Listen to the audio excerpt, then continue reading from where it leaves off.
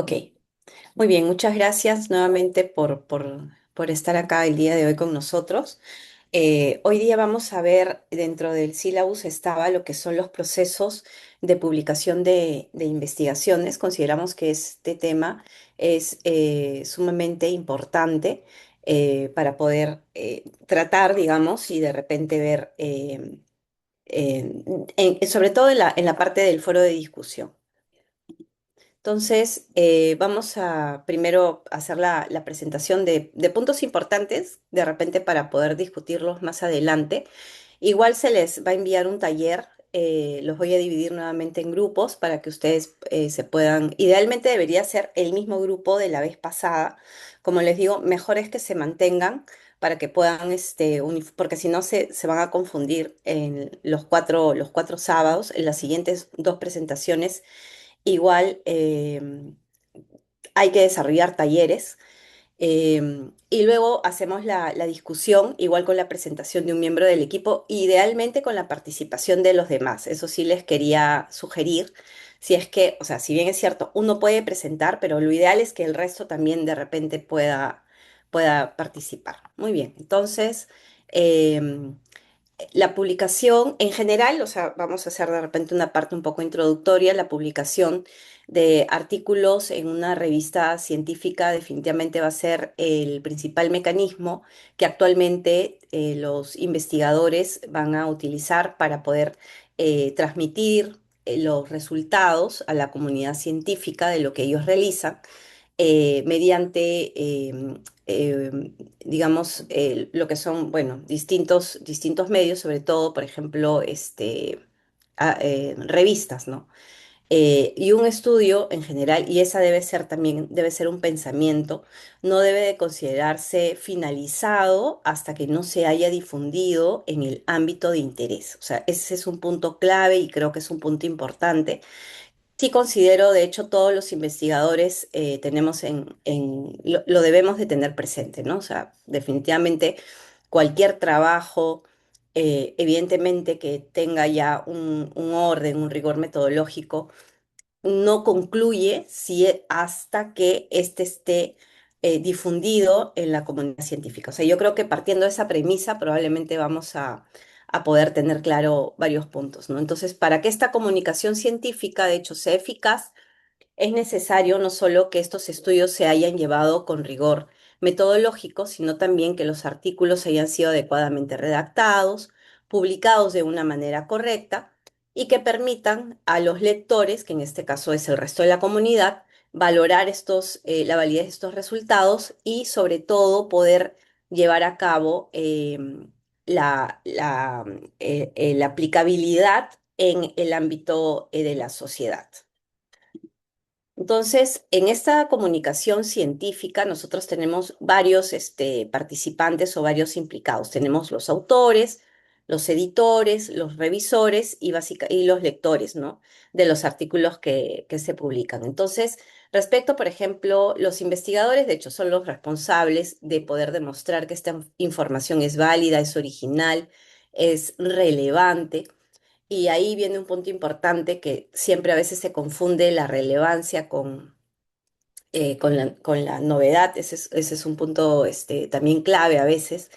eh, y que deben de ellos poder transmitir de manera, no solamente es haber diseñado adecuadamente el trabajo, de haberlo ejecutado, ¿no? Sino que también escribir informes con honestidad, sin manipulación de información, sin omitir datos, y básicamente deben de seguir con todas las premisas que tiene el Comité Internacional de Editores de Revistas Médicas, que es acá está este link, que si ustedes ingresan va a salir todas las partes, sobre todo, y un punto sumamente importante que siempre está en discusión, las contribuciones de las autorías. En ese punto no solamente es la concepción la concepción del trabajo, es también el diseño, es el análisis, la interpretación de los datos,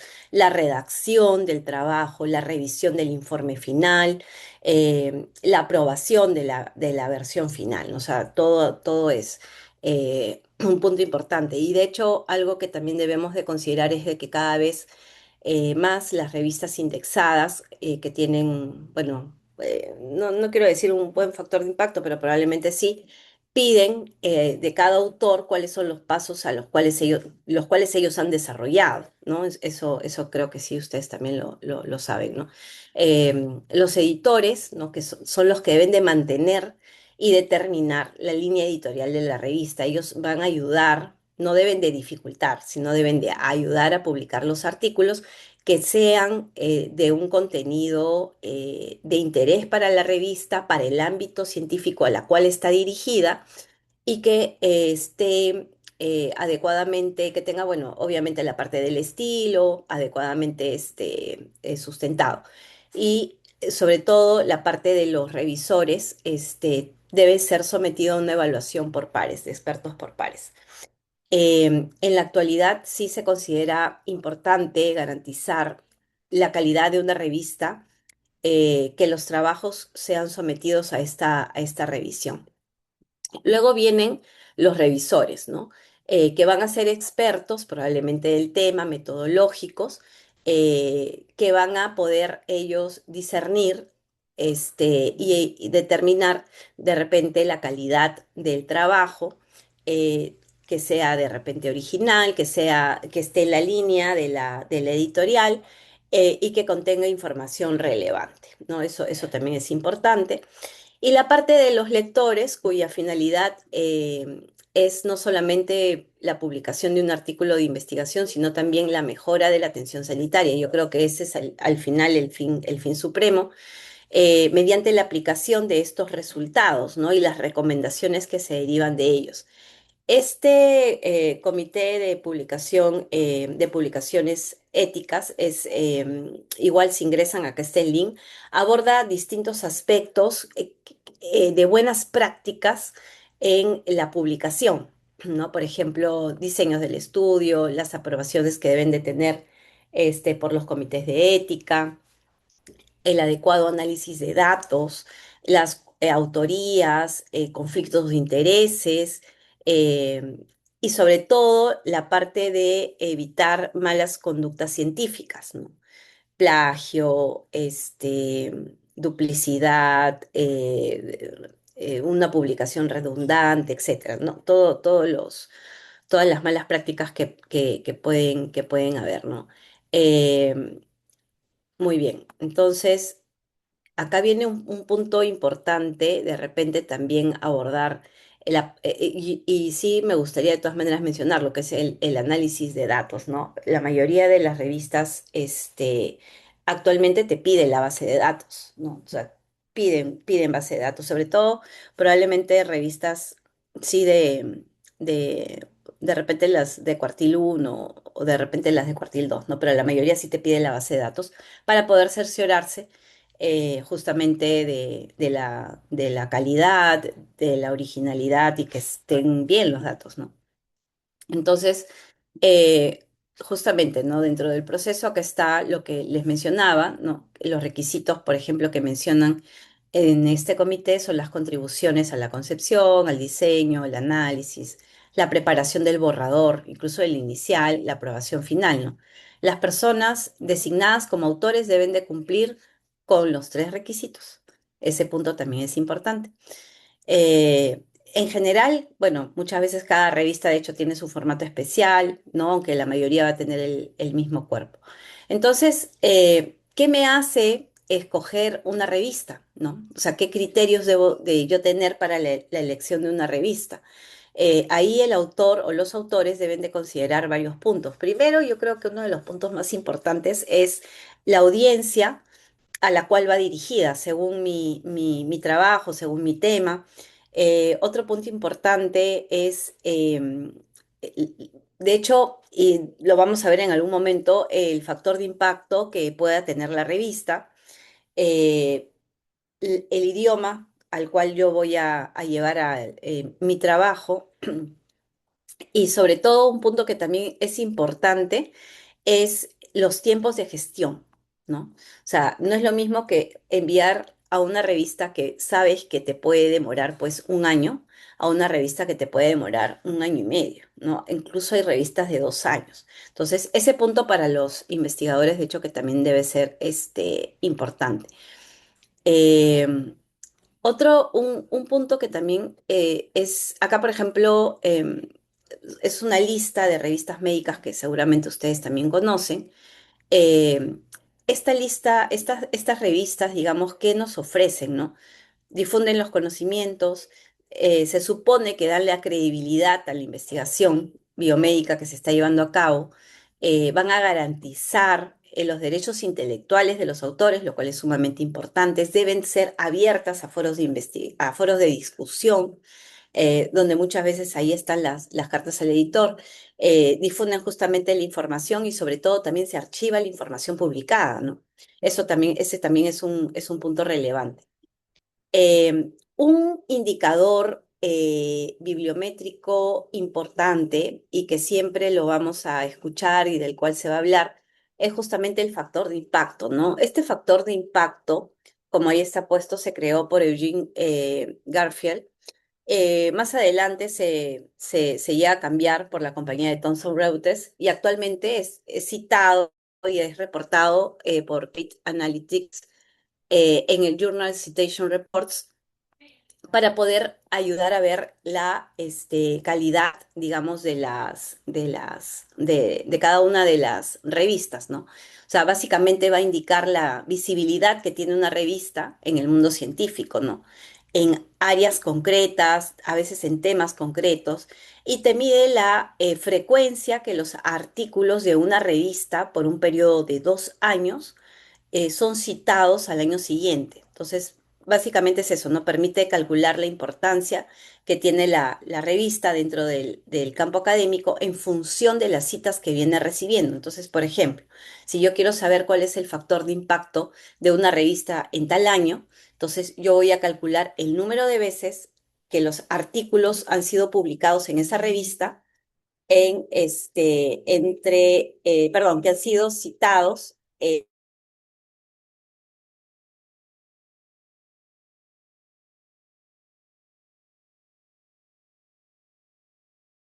no es algo, de hecho, estático, es muchas veces algo temático. Eh, el factor de impacto actualmente también está dividido en cuartiles, es una de las 4 partes que se va a dividir. Por ejemplo, hay un artículo interesante del Llama, bueno, si bien es cierto es del 2006, pero hablan bastante del tema del factor de impacto y acá, por ejemplo, ellos seleccionaron, ¿no? Hicieron un ranking del factor de impacto, ¿no? Y acá, por ejemplo, estas son las revistas que tuvieron mayor factor de impacto, ordenadas. De hecho, las 4 revistas médicas que tienen más factor de impacto son la New England, como ustedes ya lo saben, Lancet, JAMA, y luego está la British Medical of Journal, ¿no? Entonces, pero siempre va a haber un debate acerca de cuán, no digamos la palabra de cuán importante, pero sí de cuán útil a veces puede ser guiarnos solamente por factor de impacto, ¿no? Porque ustedes seguramente también como investigadores escucharán o a sus alumnos, ¿no? Vamos a buscar una revista, ya, pero hay que ver qué factor de impacto tiene, etcétera, ¿no? Si bien es cierto, es probablemente un paso fundamental para poder escoger la revista, lo cierto es que también a veces nos puede llevar a ciertos sesgos. ¿Por qué? Porque va a depender también esto de que a veces puede haber un artículo de la revista en ese tiempo que sí sea de repente el que más relevancia tiene, el que más se haya citado, etcétera, y que pueda hacer que eso aumente en el factor en la revista, pero no quiere decir que de repente los otros estén en las mismas situaciones, ¿no?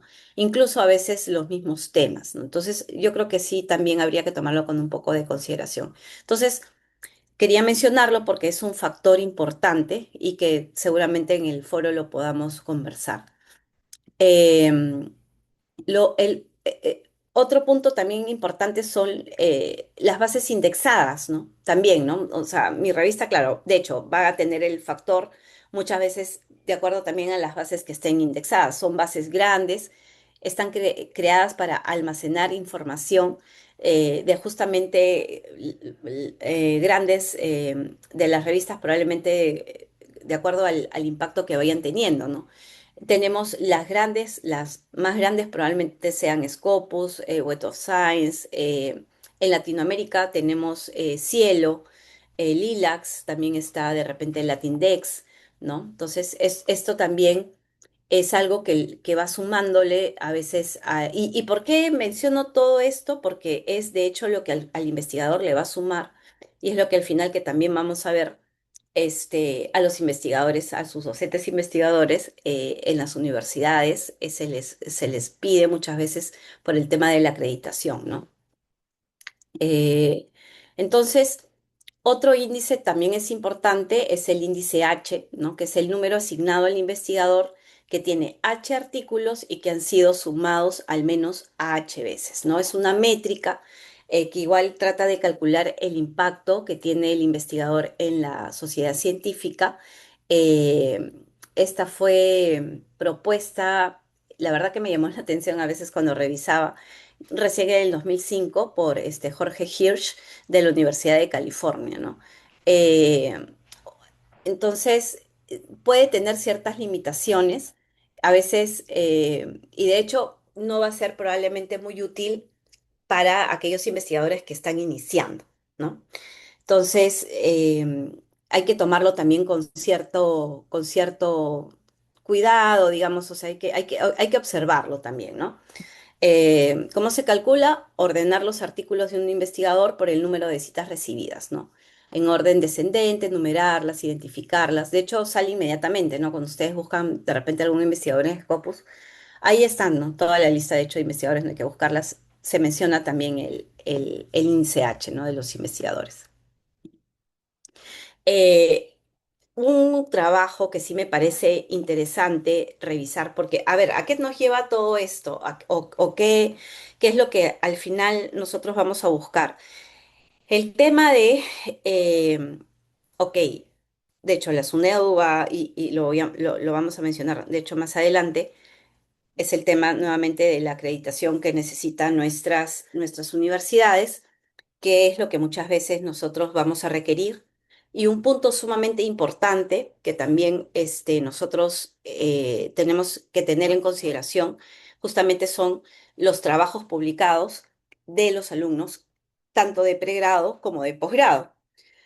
Este trabajo que se publicó en el 2021 por la doctora, fueron dos alumnos, fue una tesis de pregrado de Mireia Marrufo, Adrián Vázquez, fue publicado por la doctora García, Coralí García, y que fue la frecuencia de publicación de trabajos de investigación de los estudiantes de una facultad de medicina. Más o menos para que nos demos una idea, ¿no? En general, aproximadamente 30% de las investigaciones realizadas por estudiantes de medicina son publicadas, ¿no? Variando muchas veces los valores de países a países, lo cual digamos que podríamos decir que el 30% podría ser el estándar, ¿no? Por decirlo de alguna manera. ¿Debería ser más? Sí, idealmente debería de ser mucho más. Todo trabajo, nuevamente, teniendo, ¿qué cosa? La consigna de que si hemos diseñado un trabajo con un rigor, siguiendo todos los conceptos, y respetando toda la metodología, por ser investigadores, digamos, natos, pertenecientes a una comunidad científica, nuestro preconcepto es, de hecho, debe ser publicado, ¿no? Entonces, siguiendo ese parámetro, yo diría que es una cifra, baja, ¿no? Debería de ser, por lo menos debería de pasar el 70-80%. El objetivo del trabajo fue determinar la frecuencia de las publicaciones de los alumnos en una revista científica hasta los 3 años posteriores a la sustentación de sus trabajos, así como explorar algunos factores relacionados a dicha publicación, ¿no? Fue un estudio observacional, analítico, de cohorte de retrospectiva. Las unidades de análisis fueron las tesis sustentadas por los estudiantes de medicina del UPCH durante el periodo desde el 2015 hasta mayo del 2018, las cuales en totales fueron 207 trabajos. Se realizaron las búsquedas en PubMed, en Cielo, Lilacs, Lipeps, lo cual es interesante porque sí cogen bases no solamente, bueno, internacionales por decirlo de alguna manera, pero latinoamericanas, ¿no? Dentro de los resultados, se halla que la frecuencia de tesis publicada fue de un 28,5%, o sea, digamos que se podría considerar que podría estar aproximadamente en el estándar. Existió una diferencia en el tiempo en que se publicó en una revista nacional respecto a una internacional. O sea, miren, ellos comparan el promedio. En una nacional fue aproximadamente 12 meses, 10 meses, o sea, lo que estábamos comentando que es aproximadamente de un año, y la internacional casi 2 años, ¿no? Dependiendo, ojo, de la revista, no quiere decir que eso sea en todas las revistas.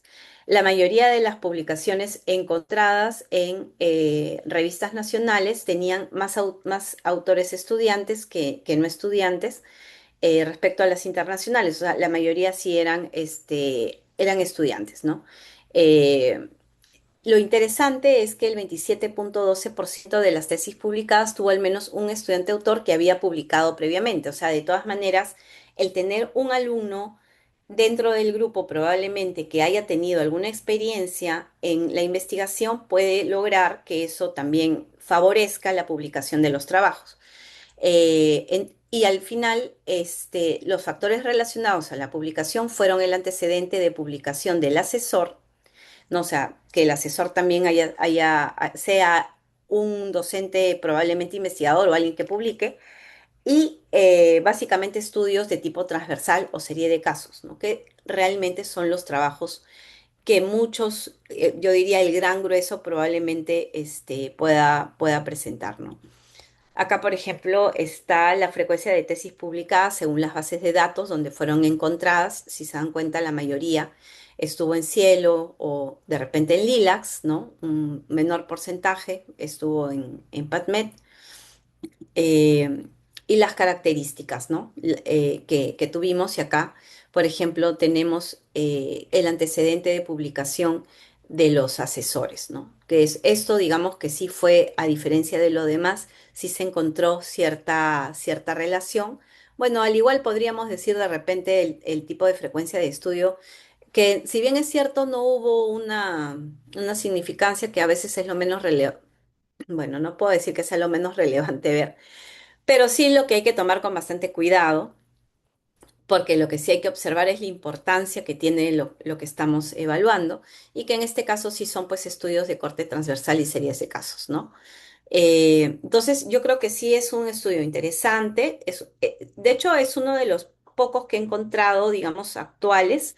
La mayoría de trabajos que sí he podido de repente eh, eh, revisar, muchos de ellos acerca de repente de la parte de producciones científicas en nuestro país, muchos han sido casi antes de la pandemia, ¿no? Entonces, de todas maneras, creo que sí sería importante una actualización. Este fue uno de los últimos que he encontrado, y es interesante el poder ver de todas maneras la frecuencia de las publicaciones de los trabajos en pregrado, ¿no? No he encontrado honestamente en posgrado algún tipo de datos, ¿no? Otro punto que sí me gustaría de todas maneras conversar es las revistas predadoras, ¿no? Que de hecho es un tema que sí considero que es relevante y que debemos de tener conocimiento, sobre todo para estar alerta o para poder alertar también a los investigadores, ¿no? En el 2008, este investigador, Jeffrey Bell, de la Universidad de Denver, recibe constantes emails que llegan a su spam de nuevas revistas que le solicitan enviar artículos, perdón, para su publicación pronta, ¿no?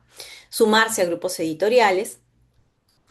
Lo que me parece interesante es la idea que tiene el investigador, ¿no? Él comienza a buscar estos sitios web en donde comienzan encontrando, bueno, que suelen engañar investigadores, ¿no? Mostrando una falsa transparencia en sus procesos, ¿no? falta de revisión por pares, sin inclusión de comités editoriales, pagos altos por los artículos aceptados, ¿no? En el 2010, él elabora una lista de revistas sospechosas depredadoras, la cual se llamaba Predatory Journals, que sí está, o sea, todavía está. Y se calculó que en el 2012 fue el boom de las editoriales depredadoras, ¿no? Habiendo incluso hasta más de 300 editoriales que publicaban miles de revistas, ¿no? Lamentablemente, en el 2017, su blog fue clausurado, evidentemente por amenazas personales que recibió, así como acciones legales de muchas de las editoriales que pudieron tomar en su contra y como presión institucional. Entonces, son revistas que cuando ustedes seguramente les llega, una que llega usualmente al spam, segundo, presentan no tienen, o sea, se presentan, mejor dicho, como una imagen de ser científicas, sin embargo, no lo son. Siempre van a tener, no va a haber una revisión, por ejemplo, por pares, que ya hemos dicho es un concepto importante para el tema de las, y que está dentro de las normas para el tema de las revistas, de las editoriales. Eh, Básicamente tienen un formato de una revista electrónica, se muestran como tal, y tienen el atractivo de ofrecerte una publicación inmediata del manuscrito. O sea, digamos que serían los tips para poder nosotros de repente ver el tema. Otra cosa que también es interesante, la mayoría siempre van con direcciones falsas. Siempre van con direcciones falsas. Cuando a veces se hacen las búsquedas, muchas de las editoriales se encuentran, por ejemplo, en Asia Menor, se encuentran en algunas partes del África incluso. eh, Se valen de ingeniosos y diversos recursos para captar autores, ¿no? Tienen un registro fraudulento, ¿no? Eh, Esta parte es sumamente importante para justamente, ¿por qué? Porque ¿cuál es el temor, digamos? Eh, que los investigadores puedan caer justamente en este punto y ver vulnerado su imagen como investigador, ¿no? O sea, el que pueda suceder esto, ¿no? De hecho, la existencia de estas revistas es una amenaza para la comunidad científica, afecta directamente al investigador. Y muchas veces los autores a veces pueden publicar porque tienen desconocimiento, ¿no? Y por eso es importante saberlo.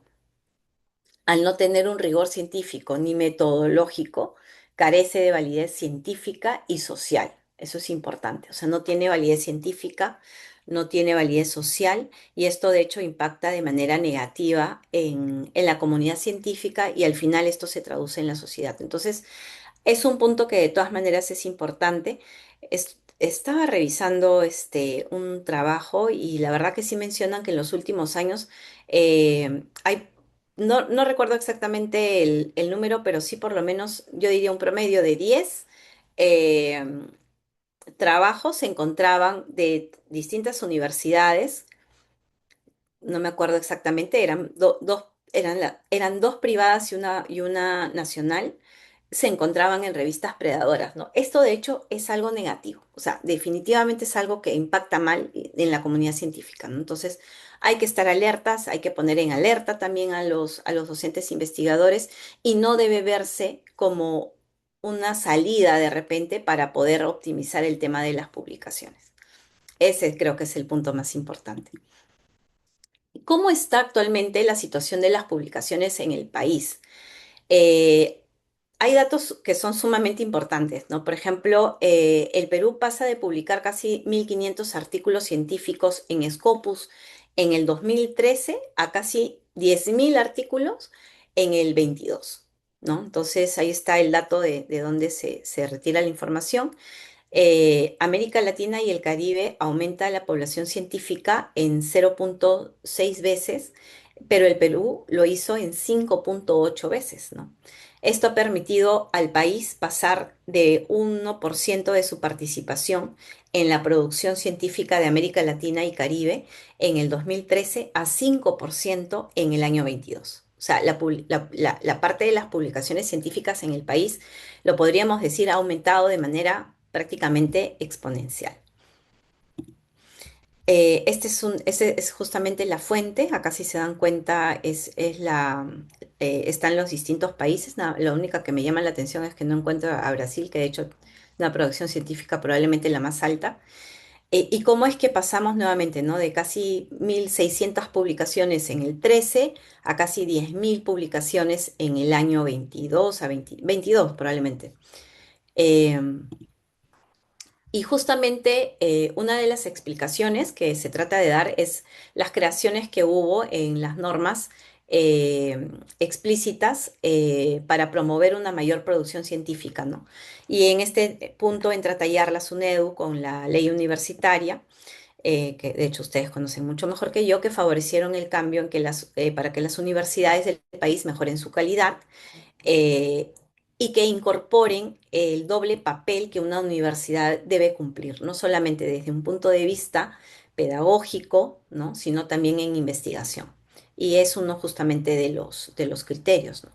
Estos a través de instrumentos importantes como por ejemplo el CONCITEC y otras entidades encargadas, ellos tienen la misión de promover la ciencia y la tecnología en nuestro país, ¿no?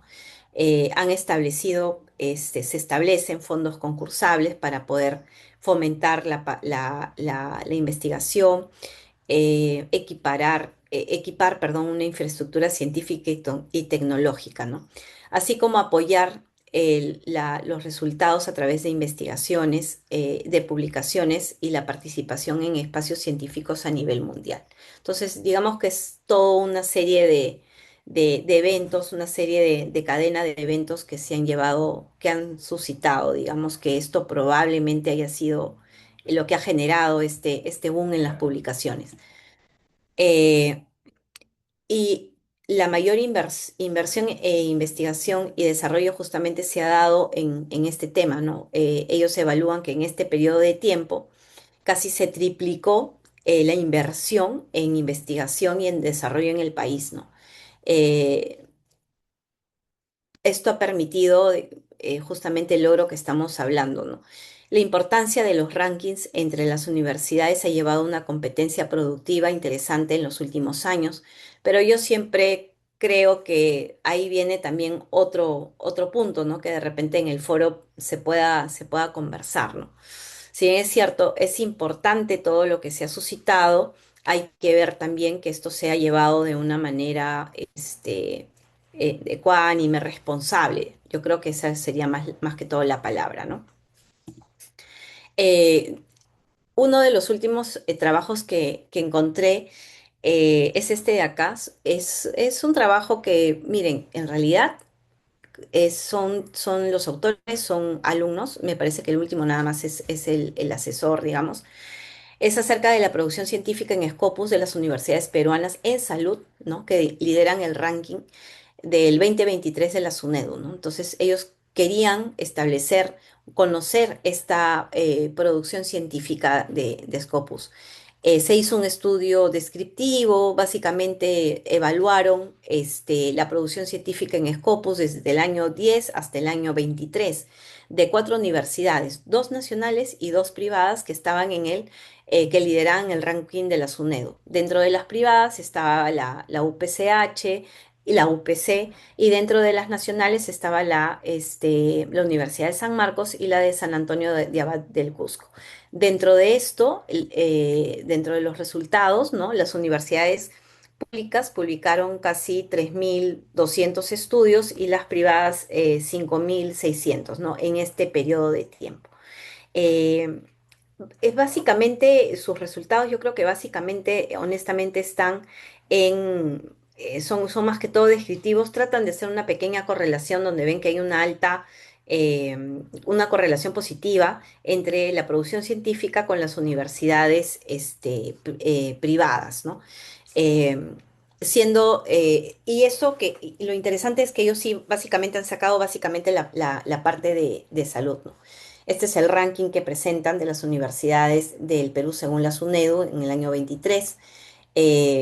Miren, la segunda, de hecho, que es la católica, sin embargo, obviamente no la consideran porque están basándose en, nuevamente, solamente en la parte médica, ¿no? Luego de San Marcos está la UNI, luego viene la Agraria, y luego está la San Antonio, San Antonio, la de Abad de Cusco, y luego las ciencias aplicadas, y con eso es que trabajan. Dentro de esa, la producción científica de las cuatro universidades, ¿no? Aquí está cada una de las cuatro. A ver, una de las cosas que me parece interesante, por ejemplo, es el tema en San Marcos, por ejemplo, el tema de veterinaria, ¿no? O sea, es una de las que más producción tiene, por ejemplo.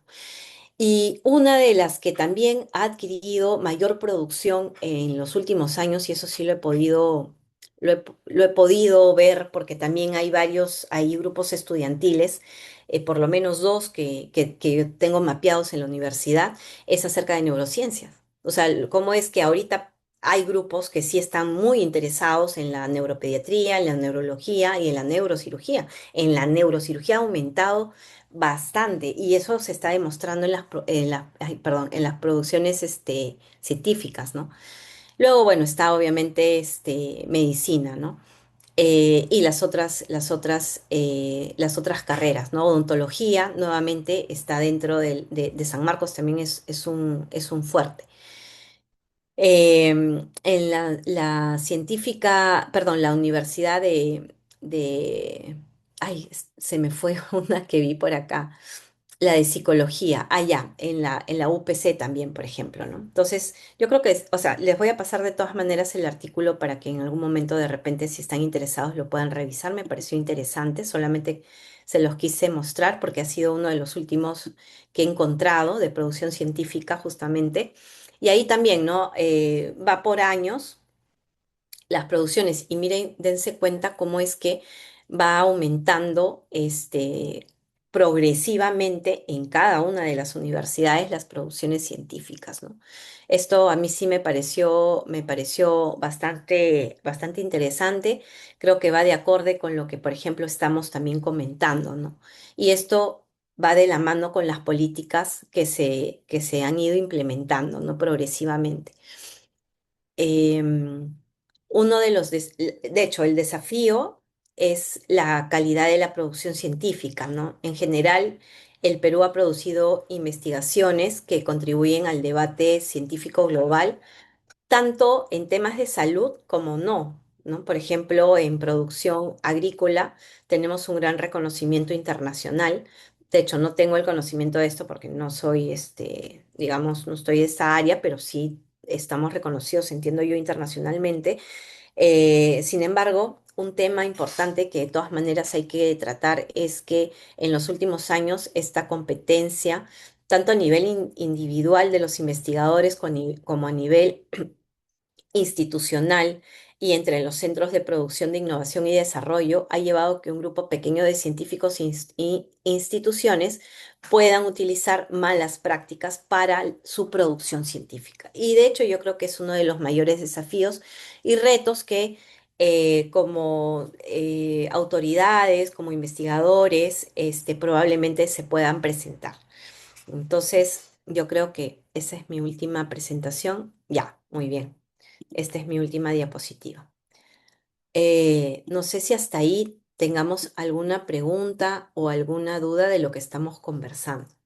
Lo que les he mencionado son puntos que considero que van a ser importantes para el taller y que y que creo que son importantes para el foro porque al final si se van a implementar políticas en las instituciones, probablemente muchas vayan dirigidas a alguno de los puntos de los cuales estamos conversando. No sé si hasta ahí tengan alguna pregunta o alguna... Ah, ya, disculpen, recién voy a leer el chat. Em, piden base de datos, si es así, sí, eso sí es novedad. Piden algún formato, hasta cuándo se puede mandar una carta al editor. Eh, Piden bases de datos, no es que pidan base de datos, o sea, las revistas se encuentran en base de datos, de repente después lo podemos conversar si es que no he entendido bien la pregunta. No creo que haya un tiempo específico para poder enviar una carta al editor, pero de hecho que cuando sale el artículo, lo ideal es que la carta se envíe. Ahora, una carta al editor cuando es enviada, porque ojo, el tema ahora de bueno, yo lo veo a veces, veo las dos caras de la moneda, ¿no? Depende del, a ver, uno manda la carta al editor porque realmente tiene la consigna de enviar la carta por algo puntual. Lo ideal de la carta al editor es que se pueda abrir un foro de discusión. La carta al editor no debe ser nunca confrontacional, debe demostrar respeto a la editorial, así como al investigador. Lo ideal es que no, obviamente, no se debería de retractar el trabajo publicado, a menos que si haya algún tipo de mala conducta, o sea, que realmente algo no pueda no estar completamente bien. Eh, Actualmente las cartas al editor se están pasando como trabajos, o sea, y ese también es otro punto, porque de repente uno puede decir, ah, ya, bueno, necesito aumentar la producción, entonces voy a enviar este año 3 cartas al editor. Pero ojo que las cartas del editor dependen del editor principal de la revista, si la selecciona o no la selecciona, ¿no? Porque él va a contrastar con la relevancia que tiene la carta, si contribuye a la discusión y al fortalecimiento probablemente del trabajo, ¿no? Eh, a ver, ¿hasta qué año de efectuada la investigación permiten publicar siendo supuesto relevante el tema? ¿Hasta qué año efectuada la investigación? Ya, los datos muchas veces ya no deberían de pasar de 4 años. O sea, pasados 4 años ya, de 4 a 5 años ya debería de muchas veces de quitarse, ¿no? ¿Quién debería regular la búsqueda activa de tesis de estudiantes para que sean publicables? Ajá. Esa pesquisa, esa sí se puede conversar y yo creo que puede ser en el foro y puede ser parte del taller. Sigue siendo voluntad individual del alumno. Hay lista de temas de salud para los alumnos. Ya. Sigue siendo actualmente una voluntad individual del alumno. Es que no debería de ser del alumno. O sea, eso debería de ser justamente del asesor. Porque nuevamente, el alumno está en formación, ¿no es cierto? Entonces, al alumno nosotros lo tenemos que llevar. Y llevar al alumno para que conozca todos los pasos de hacer digamos, una investigación con todos los conceptos adecuados y respetando todas las normas, es decirle, hacemos el trabajo, pero este trabajo se debe publicar, porque todo conocimiento debe ser publicado. Eso es lo primero que tenemos que decir. Más bien, a los que hay que hacerles probablemente el seguimiento, o digamos, eh, tener claro eso es con los asesores. Ese es mi punto de vista. Por eso es que también ahí vienen qué políticas se pueden instaurar para poder tener el tema, porque lo más importante es es el asesor, definitivamente. Hay lista de temas de salud pública para los alumnos acordes con las necesidades del país. Yo creo que la lista probablemente vaya o gire en torno a las líneas de investigación que el país lleva, ¿no? Entonces, y que están colocadas no tanto en COSITEC, en el Instituto de Salud Nacional, o sea, estamos hablando de salud mental, de la parte de ginecología, estamos hablando de diabetes, estamos hablando de las partes metabólicas, de cáncer, ¿no? Entonces, yo iría por ahí. Las revistas reconocidas se demoran desde la entrega hasta la publicación. ¿Qué tiempo? ¿3 meses o más? Depende. Hay revistas que no puedo decir un plazo, ojo, cada revista maneja su plazo, cada revista maneja su plazo de acuerdo también a su a la cantidad de publicaciones que tiene. Si una revista te publica 2 veces al año, esa revista probablemente sí se pueda demorar 6 meses, 8 meses en poderte responder, en poder publicar, porque las revistas tienen muchas veces una ruma de artículos, sobre todo las nacionales, les podría garantizar, que están ahí esperando ser publicadas. Las internacionales probablemente no. Hay, por ejemplo, la revista médica de Chile publica mensual. Entonces, esa revista no va a demorar.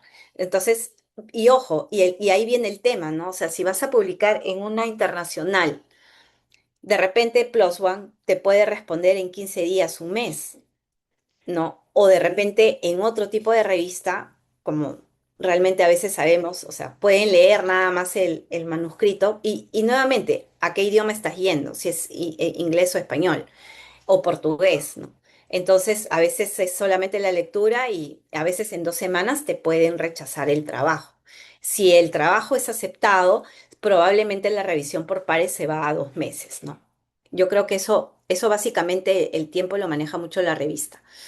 ¿Cómo identificar las revistas predadoras de manera preventiva? Claro, justamente los tips que comenté. Uno de que esas revistas, la gran mayoría, yo diría el 99% van a llegarles spam. Y les colocan, ¿no? Son revistas que probablemente nunca las han leído, les van a decir, eh, el número tal va a salir de acá a un mes, por ejemplo, en tal, vemos que eres un investigador, ya, queremos que por favor nos envíes tu manuscrito. O sea, para empezar, que una revista de calidad no te pide a ti que le mandes, probablemente, ¿no? Tú envías el manuscrito. Entonces, eso, ¿no?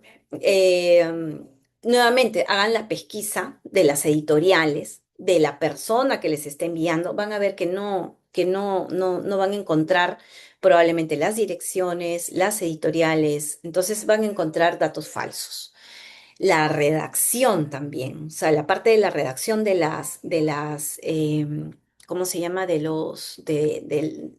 Es distinta, ¿no? Entonces yo ahí sí les diría, sí se van a dar cuenta. La calidad de dichas publicaciones, hay indicadores, habría que descomponer la causalidad. Sí, bueno, no entendí muy bien ese tema, supongo que sí. Católica ya tiene medicina, bueno. No lo podría decir, no he pesquisado al respecto. Yo diría el año pasado, el anteaño pasado, recuerdo, y de hecho que todos lo han leído, lo del rector o el decano, no recuerdo exactamente, que comentó el tema de medicina. Actualmente desconozco honestamente si es que están ahorita en formación para la universidad. Supongo que si lo van a mencionar es porque en algún momento puede salir. Y si alguien tiene el dato, igual lo puede mencionar. Yo la verdad que no he hecho una pesquisa al respecto.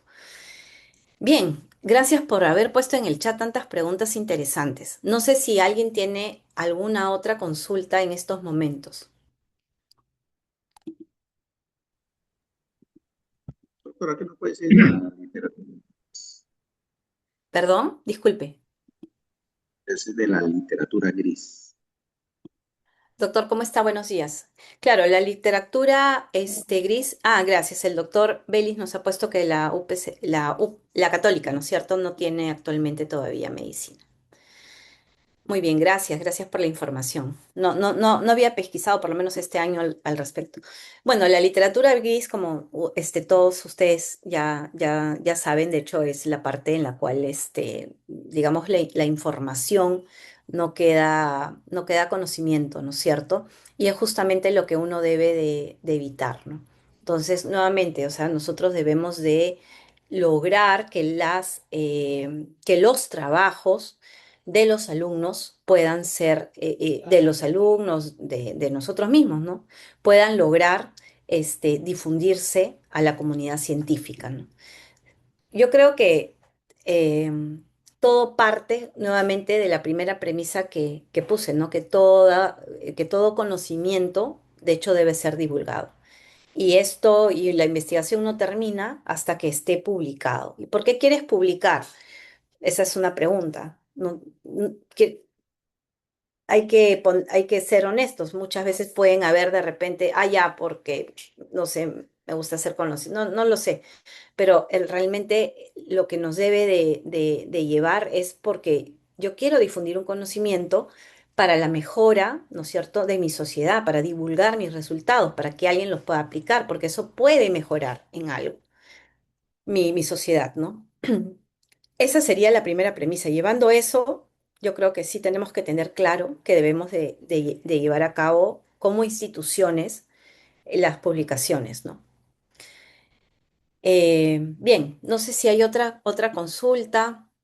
Quisiera mostrarles el taller, por favor, eh, que justamente tiene la misma visión que el anterior. Un segundo, por favor, creo que lo tengo por acá. A ver, entonces, captura de pantalla, compartir pantalla. Ok, entonces, acá tenemos el bol. Igual van a colocar los integrantes. Acá nada más se me ha subido hay 5 puntos importantes, ¿no?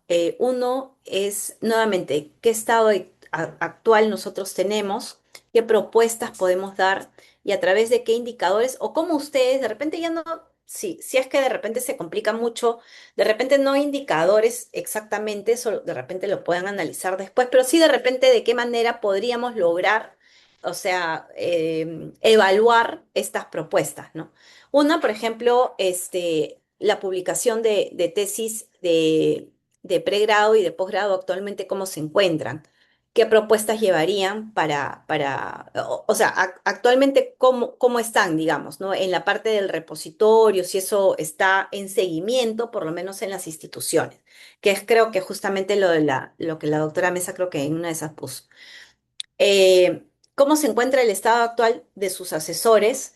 Yo ahí puse en asterisco asesores de tesis en general, o sea, si tienen los datos de los de RENACIC, sí, si no, los asesores que tienen en sus facultades en general, ¿qué propuestas ustedes implementarían para poder captar de repente una más asesores y la otra? Porque la primera exploración que deberíamos de tener es qué cantidad tenemos. Ya, yo tengo 100 asesores. Segundo, los conocimientos que tienen los asesores. Eso es importante. Y qué propuestas implementarían ustedes para, uno, evaluar eso y segundo, impulsar a que estábamos conversando, o sea, de qué manera, cuántos asesores de repente ustedes tienen al momento, de uno o del otro. ¿Cuál es el estado? Si se conoce, de repente, la condición en la cual se encuentran actualmente los asesores, qué propuestas llevan para que de repente el docente, asesor, pueda estar permanentemente capacitado. eh, y los que no son RENACIC, de repente, también qué propuestas pueden llevar ustedes para que los puedan involucrar, ¿no? ¿Cómo es que van a impulsar las publicaciones de los alumnos en pregrado y en posgrado?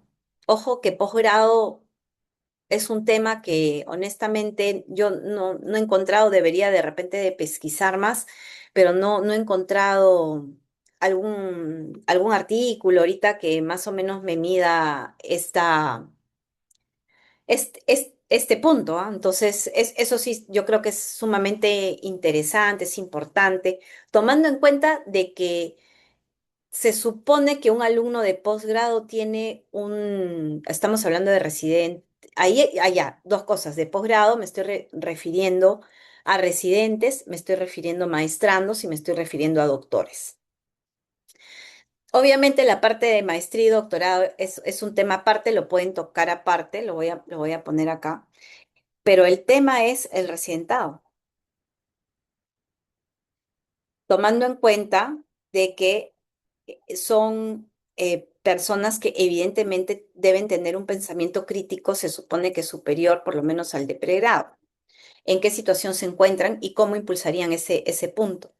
Y las otras, ¿qué estrategias para los desafíos actuales en la población científica del país? De repente, ustedes, o sea, ustedes actualmente, ¿qué dificultades encuentran? ¿Qué propuestas de mejora pueden tener en general para poder mejorar la producción científica? ¿no? De su institución. Hasta ahí no sé si tienen preguntas, dudas para poderles enviar el documento. No, a ver, mejor lo pongo en escritorio, si no, no lo voy a encontrar. ¿Sí? Entonces, si están de acuerdo, si no hay ahorita alguna consulta, si están de acuerdo, por favor, podemos archivo. Un ratito lo estoy mandando por acá, el taller.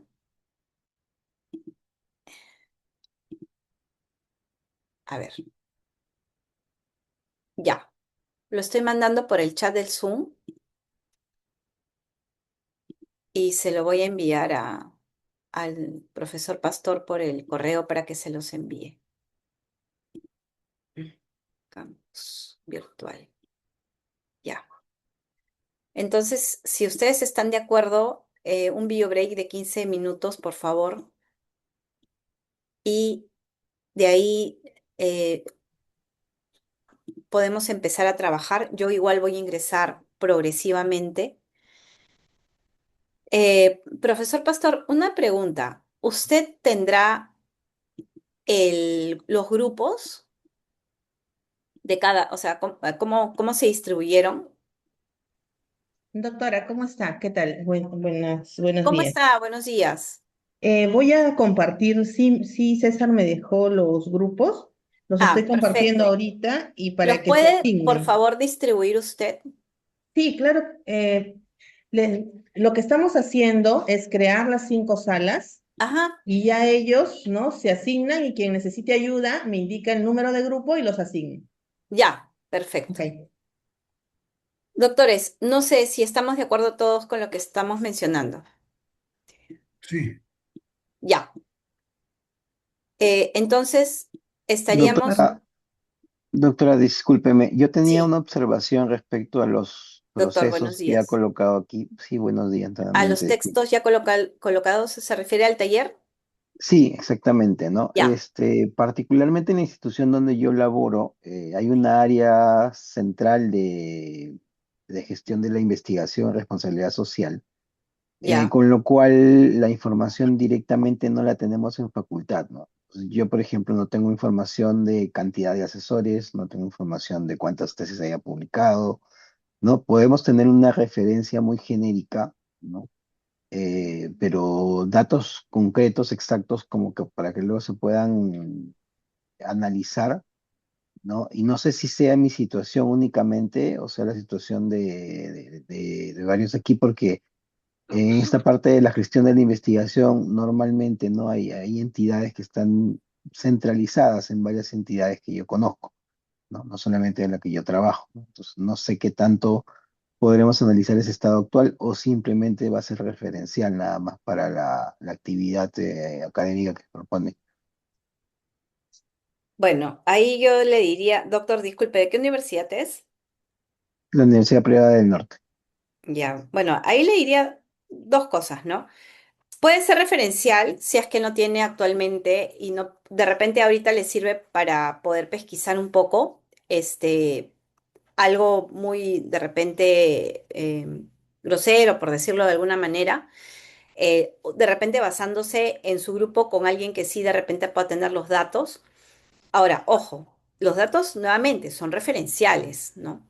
Y lo otro es, yo creo que sería una buena oportunidad para aquellos que no tengan justamente el conocimiento de su institución, lo vean que es algo que sí se debe de realizar. Entonces, para que puedan conocerlo, ¿no? Si muchos no tienen los datos, no se preocupen. Traten de hacer la pesquisa así ahorita. Estoy segura de que probablemente algún dato puedan realizar. Y lo otro es, por lo menos de las situaciones en las cuales están ahorita ustedes involucrados y que probablemente por ahí puedan conocer, se pueda plantear, ¿no? Eso sí les pediría, por favor.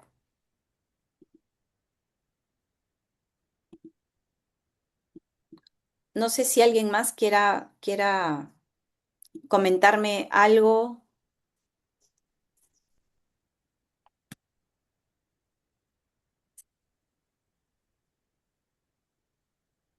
Ya. Si no, son 9, ya casi 9:10, 9:10, 9:25. O sea, ahorita les pediría que cada uno ingresen a sus salas, por favor. Se den un break hasta las 9:25. A las 9:25 ya de repente se pueden poner a trabajar. 9:30, a lo mucho, de repente estamos regresando todos para poder hacer el foro de discusión.